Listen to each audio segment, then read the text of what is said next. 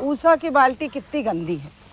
तुम लोग से कितनी बार कहा है कि हमारे ग्रुप का दूध ज्यादा से ज्यादा बिके डेयरी पे। बाल्टी को साफ रखो, साफ रख के बर्तन तब दूध डालो उसमें। पौवा भी जो नापने वाला वो भी साफ रखो, तब डेयरी वाले लेंगे, नहीं तो दूध खराब हो जाएगा तो वो लोग हमारे ग्रुप का क्यों लेंगे। अब ये देख लो, ये पौध है ना, इसको इसी पॉलीथीन में लगाया था और इसी में बड़ा हो गया। अब जिसको जरूरत होगी उसे ऐसे के ऐसा दे देंगे, खराब भी नहीं होगा। हाँ बुआ, और इस बेचारे को पता भी नहीं चलेगा कि इसकी जमीन बदल गई। हाँ। पौधा हो या खिलौना, अच्छी पैकिंग हो माल की तो सचमुच उसकी जमीन बदल जाती है, क्योंकि रौनक तो पैकिंग से ही आती है। पहले हम लिफाफे में पुड़िया बना के बेचते थे, अब देख लो बिजली की मशीन आ गई है, पैकेट बना लेते हैं और उसको बंद कर देते हैं। इससे कोई मिलावट भी नहीं कर सकता, असली माल ग्राहक के पास जाता है। कोई मिलावट नहीं कर सकता और न खराब होने की परेशानी, लेकिन पैकिंग पर होना चाहिए अपना नाम या निशानी। जैसी ग्राहक की जरूरत, पैकेट बनाया जाए उतने ही वजन का। छोटे छोटे दो क्यों खरीदेगा ग्राहक अगर एक पैकेट मिलता हो उसके मन का। और मांग अगर ज्यादा माल की आई तो यहां बड़े पैकेट भी हैं भाई। यानी पैकिंग हो जरूरत के अनुसार, जैसा माल जैसा आकार। अंडों के लिए एक के ऊपर एक चीनी क्रेटों की कतार है। मुर्गियों को बाजार पहुंचाने के लिए लोहे का बक्सा जालीदार है। मुर्गियां परेशान नहीं होंगी क्योंकि ये हवादार है। अचार मुरब्बों के लिए होनी चाहिए बंद शीशियां, क्योंकि हवा की नहीं दरकार है। ब्रजेश, ये लेई खत्म होने से पहले और लेई बना लेना, और जरा पतली बनाना। मोटी बना देती सूख के कितनी तो बेकार हो गई। ठीक है बुआ, अब की बार पतली लेई बना लूंगी। हाँ, ये रस्सी में तो वैसे ही बांध रही हो, शहर में तो ऐसे बंधे को कोई पसंद न करे। वो क्या करे, पैसे भी तो ज्यादा लग जाते हैं। अगली बार जब ऑर्डर आएगा गीता तो डिब्बे के भी दाम लगा लेना। लगा लेंगे बुआ। 500 की गड्डी बना दी है ये। हाँ ठीक है, 500 की बांधती जाओ। शन्नो, राम रत्ती, सब की सब गायब हो गई। फूल तोड़ लिया, सोचती काम खत्म। इतने सारे गट्ठर पड़े, मैं कल्ली कैसे ले जाऊंगी। इतनी गर्मी पड़ रही है, थोड़ी देर और हो गई तो फूल सारे सूख जाएंगे, नुकसान ही हो जाएगा। लेकिन किसी को इसकी कोई परवाह ही नहीं। अब क्या करूं? हाँ, भतीजी को बुलाती हूँ। बुआ, कैसे बुलाया? अरे कोई नहीं था, गट्ठर उठाने के लिए मैंने सोचा तुझे ही बुला लूं।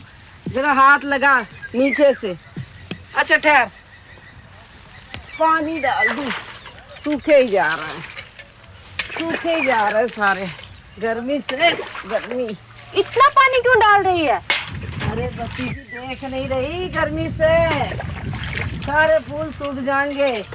गर्मी है तो जल्दी से बाजार भेजना चाहिए, ऐसे तो ये गल जाएंगे। अरे नहीं, वहाँ तक ले जाने तक ठीक रहेंगे, बाकी कुछ भी हो मन ने क्या। गलत बात। सुन, इतना बोरा जो मोटा ले रखा है ये ठीक नहीं है। खुले हुए टाट में रखेगी तो फूलों को हवा लग सकेगी, और ये बाल्टी की भी जरूरत नहीं पड़ेगी, पानी के छींटे से ही काम चल जाएगा।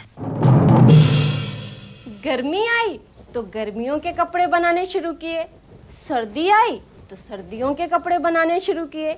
पता चला जब तक गर्मियों के कपड़े बनाए गर्मी गई, जब तक सर्दियों के कपड़े बनाए सर्दी गई, और माल वहीं का वहीं रखा है, हवा करते रहिए बस।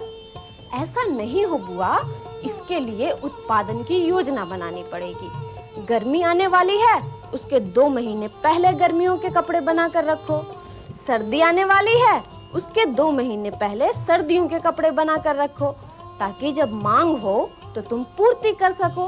कपड़ों के थान लेकर रखो, मशीनों को दुरुस्त रखो, धागे बटन वगैरह लेकर रखो, और यहाँ तक कि मशीन के तेल की कुप्पी भी।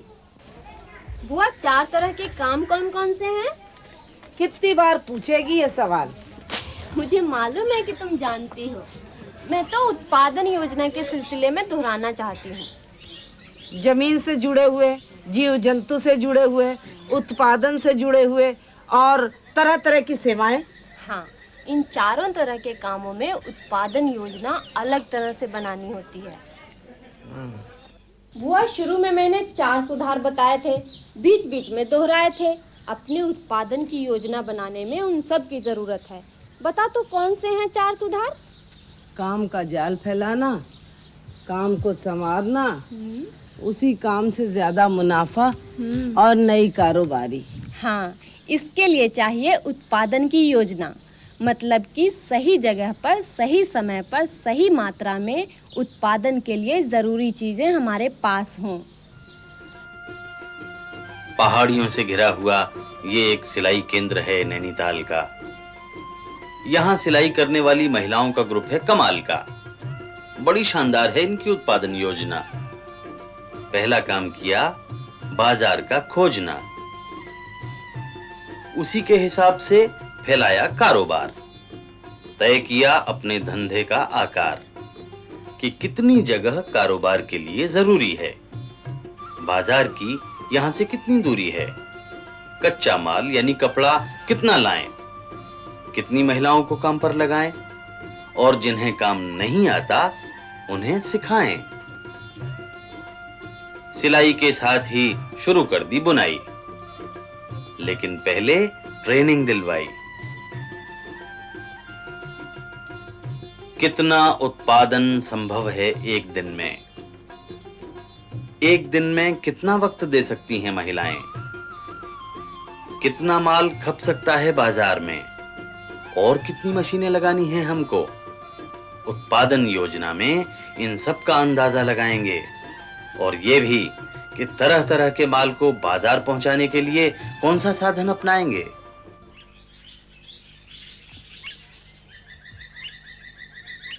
बुआ, अब प्रधान जी के ट्रैक्टर का आसरा छोड़ दे। अपना माल ढोने के लिए अपनी सवारी का इंतजाम कर। प्रधान जी तो कह देंगे कि हमारा ट्रैक्टर खराब है, और नुकसान किसका होगा? तुम्हारे ग्रुप का। एक ट्रैक्टर आ रहा है, उससे बात करूंगी। एक से नहीं, कईयों से बात करना, और जो समय पर जिम्मेदारी से आए उसी को तय करना।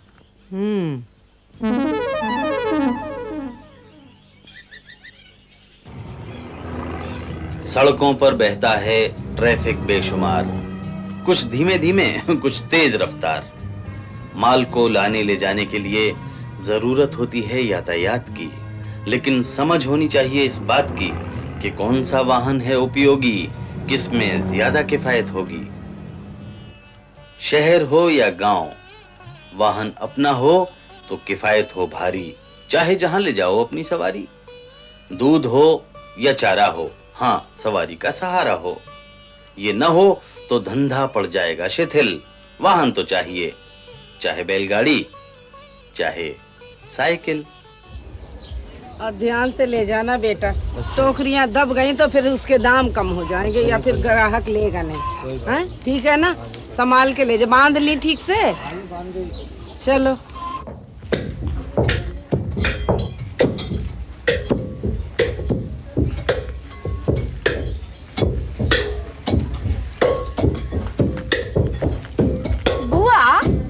माना कि तेरे मसाला सेंटर का बड़ा नाम हो गया है, पहले से कहीं ज्यादा तुम्हारा काम हो गया है, लेकिन क्या?